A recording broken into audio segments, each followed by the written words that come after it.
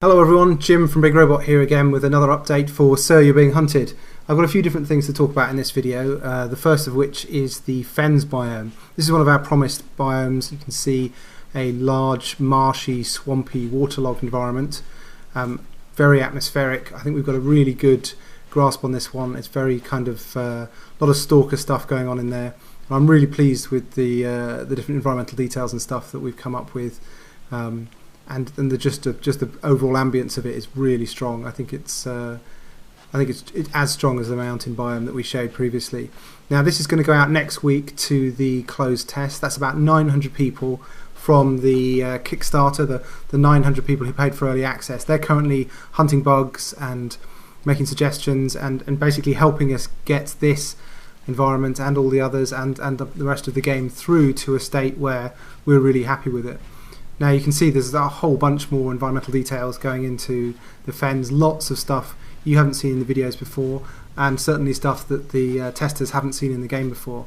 So we're going to be really interested to see what they make of this and also how it plays.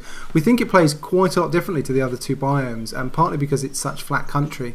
It means that you can scout stuff off in the distance pretty readily, but also it's very difficult to avoid being spotted. And obviously you want to break line of sight when you're fleeing from robots, and that becomes harder when you've got such large open spaces like this.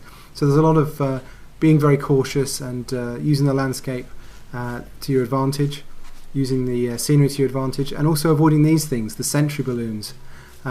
These are big trouble if you don't see them coming. You get in range, they're going to set off an alarm. Another sentry that we have in the works is the Scarecrow. More details on how he works a bit later. We're also doing a lot of work on the industrial biome, which will be in a future update.